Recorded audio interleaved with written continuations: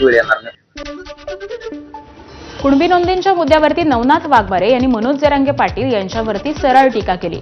नोंदी नसतील तर प्रमाणपत्र कसं दिलं जाईल? ज्यांच्या नोंदी असतील त्यांनाच प्रमाणपत्र दिलं गेलं असेल असं नवनाथ वाघमारे यांनी म्हटलंय.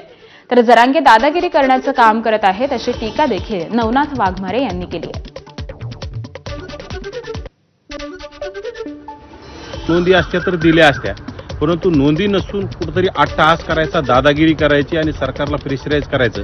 आणि याचं जबाबदार खरं तर राज्य सरकार, मुख्यमंत्री, दोन्ही उपमुख्यमंत्री यांनी जर ह्या बिंडोकाचे लाड केले नसते तर यांनी काही मागेल ते द्यायचं, यांनी काही मागेल ते द्यायचं.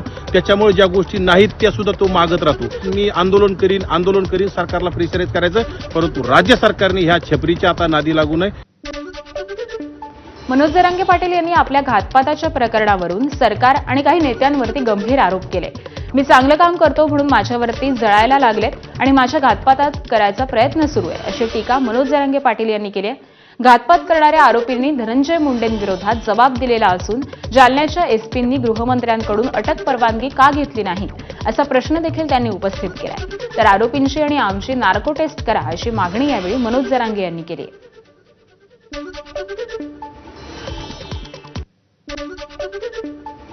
माझ्यावर इतके जळायला लागले ते चांगलं काम करतोय म्हणून मग हातपातच करायचं म्हणजे नार्को टेस्टवाला लपला कुठं आला? नार्को टेस्टवाले नार्को टेस्ट यायला पाहिजे ना. घातपात करणाऱ्या आरोपीने जबाब दिलाय.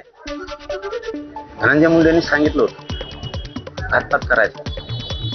तर आमच्या जालन्याच्या एसपींनी पत्रव्यवहार करून गृहमंत्रालयातून परवानगी का घेतली नाही त्याला अटक करायची? मनोज जरांगे पाटील यांच्या घातपात प्रकरण मुद्द्यावर नवनाथ वाघमारे यांनी जरांगेंवरती टीका केली आहे. जरांगेंवर आधी कारवाई झाली पाहिजे, त्यांची आधी नार्को टेस्ट केली पाहिजे असा हल्लाबोल नवनाथ वाघमारे यांनी केला. तर जरांगेंचा अभ्यास नाही, त्यांनी उगाच डोकं लावू नये असं देखील नवनाथ वाघमारे म्हणाले. खरं तर जरांगेवर अगोदर कारवाई झाली पाहिजे. जरांगेने बीड जाळलं, जरांगेने राज्यामध्ये दहशत निर्माण केली, जरांगेची नार्को टेस्ट याच्यात सुद्धा केली पाहिजे. बीड जाळलंय का? नंतर धनंजय मुंडे. परंतु हा ओबीसी नेत्यांना टार्गेट करून मलिन करण्याचं काम करतोय, दादागिरी करण्याचं काम करतोय.